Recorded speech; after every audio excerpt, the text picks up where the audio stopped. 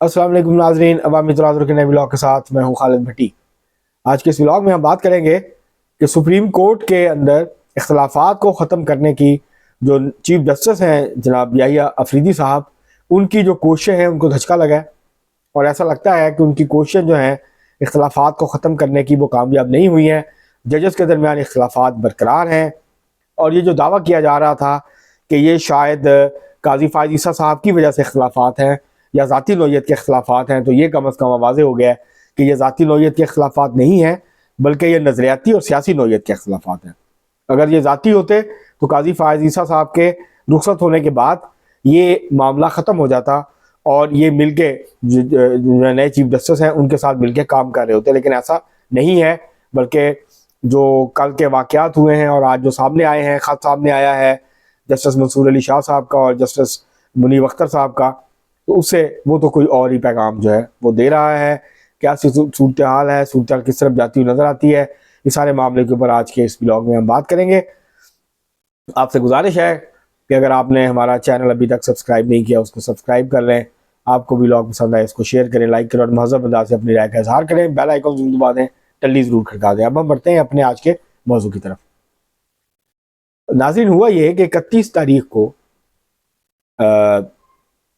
Justice Mansoor Ali Shah साहब और justice Munib Akhtar साहब, जो कि जजेस कमेटी है practice supreme court practice and procedure act के तहत कायम है, जो कि मुकदमात को लगाने का फ़ैसला करती है, बेंचेस की तश्कील का फ़ैसला करती है, उसका एक इजलास बुलाया गया। पहले चीफ जस्टिस साहब से दरख्वास्त की गई जनाब याहिया अफरीदी साहब से, वो गालिबन लाहौर तशरीफ़ ले आए, तो उन्होंने इंतज़ार नहीं किया दोनों जज साहबान ने, और उन्होंने जस्टिस मुनीब अख्तर साहब के जो चैम्बर था उसमें कमेटी का इजलास बुला लिया और दोनों जज साहबान ने बैठ के उसमें जो 26वीं तरमीम के ख़िलाफ़ दरखास्तें आई हैं उसको चैलेंज किया गया है। उन दरखास्तों को 4 नवंबर यानी कल, गुज़श्ता जो कल था, इस रोज़ के लिए फ़िक्स कर दिया और उन्होंने रजिस्ट्रार से कहा कि ये फ़िक्स कर दें, कॉज लिस्ट जारी कर दें और फुल कोर्ट के सामने इसको लगा दें। अब ये उस वक्त हुआ जब जस्टिस याहिया अफरीदी साहब इस्लामाबाद में नहीं थे, वो लाहौर में थे और गालिबन ज़ाहिर है रजिस्ट्रार साहबा ने रब्ता किया होगा, रजिस्ट्रार ऑफिस में रब्ता किया होगा, उन्होंने पूछा होगा, चीफ जस्टिस साहब ने मना कर दिया होगा, इसलिए कल यानी 4 नवंबर को ये मुकदमा जो है वो नहीं लगा, इसकी कॉज लिस्ट जारी नहीं हुई और ये फुल कोर्ट के सामने पेश नहीं हुआ, ना ही फुल कोर्ट जो है वो तश्कील पाया।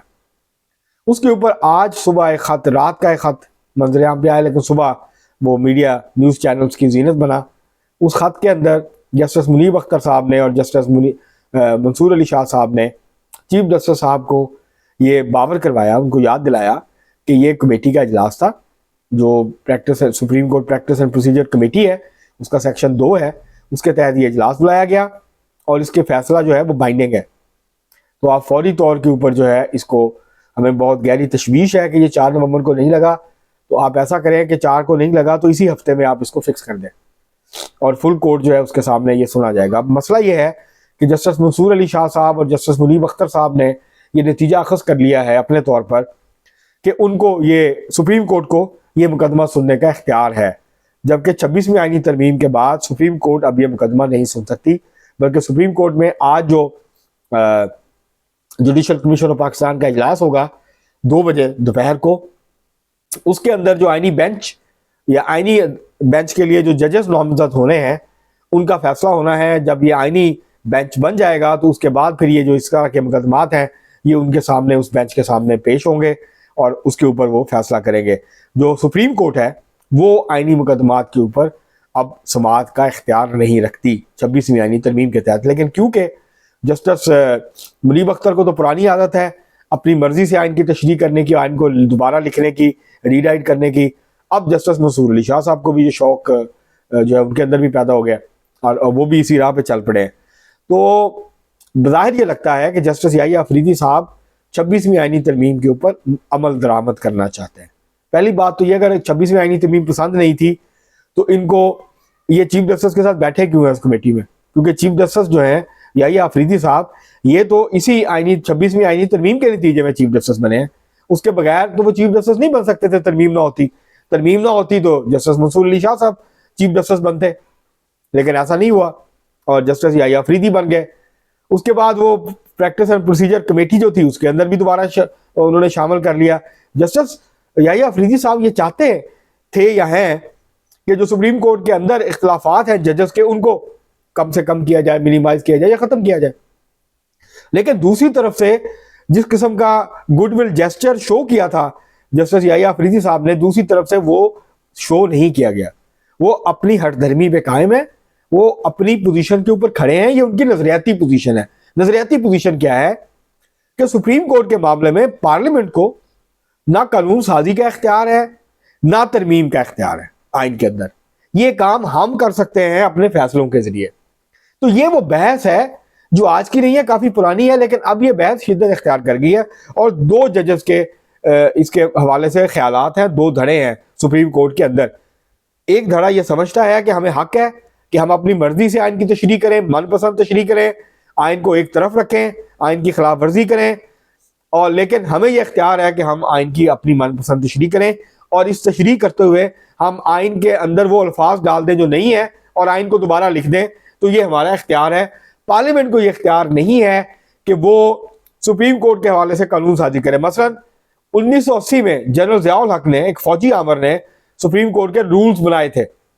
आज तक 44 साल गुजर गए, सुप्रीम कोर्ट ने खुद उन रूल्स को अमेंड नहीं किया। हालात के तकाजे के मुताबिक उसके अंदर बेहतरी आनी चाहिए थी, तब्दीलियां आनी चाहिए थी, नहीं की। और जब पार्लियामेंट कोशिश करती है तो कहा जाता है पार्लियामेंट कौन होती है? भाई पार्लियामेंट वो है जिसने आपको पैदा किया है। पार्लियामेंट वो है जिसके नतीजे में आइन बना, उसने आइन बनाया, आइन के नतीजे में सुप्रीम कोर्ट कायम हुई और आप जज बने। ये है, वो है पार्लियामेंट। आप उसकी अथॉरिटी को मानते नहीं, आप उसको अंडरमाइन करते हैं हर मौके पे। दूसरे वो जजेस हैं जो आइन और कानून के मुताबिक चलते हैं, वो पार्लियामेंट की जो बालादस्ती है उसको तस्लीम करते हैं। इस हिक में वाज़ेह तौर पे लिखा हुआ, आइन में वैसे भी लिखा हुआ है कि कोई आइनी तरमीम अदालत में चैलेंज नहीं हो सकती। लेकिन इफ्तिखार चौधरी ने भी उसको टेकअप किया, उन्होंने, बाकी लोगों ने भी उसको, चीफ जस्टिस थे, उन्होंने उसको टेकअप किया। और सुप्रीम कोर्ट समझती है कि उसका हक है, मादर प्रिजन आज़ाद है, जो चाहे वो कर सकती है। तो ये जो है ये जो पार्लियामेंट है, पार्लियामेंट बार बार ये एहसास दिला रही है कि आपको आइन और कानून के मुताबिक चलना है। तो ये जो खुशफहमी पैदा हुई थी कि शायद इख्तलाफात ख़त्म हो गए हैं, और क्योंकि याहिया अफरीदी साहब ने मंसूर अली शाह साहब के दो बड़े मुतालबात मान लिए थे, लेकिन ऐसा अमली तौर पर होता हुआ नजर नहीं आ रहा। ये इख्तलाफात बरकरार हैं और एक तरह का कू करने की कोशिश की है दोनों जज साहबान ने चीफ जस्टिस की गैर मौजूदगी में कमेटी का इजलास बुला के अपनी जो है वो अपनी मर्जी थोपने की जो है वो कोशिश की है। अब ये कानूनी है या नहीं है, क्योंकि रात को जो पार्लियामेंट ने कानून साजी की है और प्रैक्टिस एंड प्रोसीजर जो एक्ट है उसके अंदर तरमीम की है, तो उसके बाद ये कमेटी जो है, इसका जो इजलास था, ये मुनीब अख्तर साहब उसका हिस्सा नहीं रहे हैं, मुनीब अख्तर साहब उसका हिस्सा नहीं है। दूसरा, आर्मी चीफ की मुद्दत में भी इजाफा कर दिया कल पार्लियामेंट ने बड़ी धांसू किस्म की कानून साजी की है। उसके बड़े दूरदर्श नताइज होंगे, उसके ऊपर अगले व्लॉग में तफसील से बात करेंगे। अब तक के लिए इतना ही, बहुत शुक्रिया।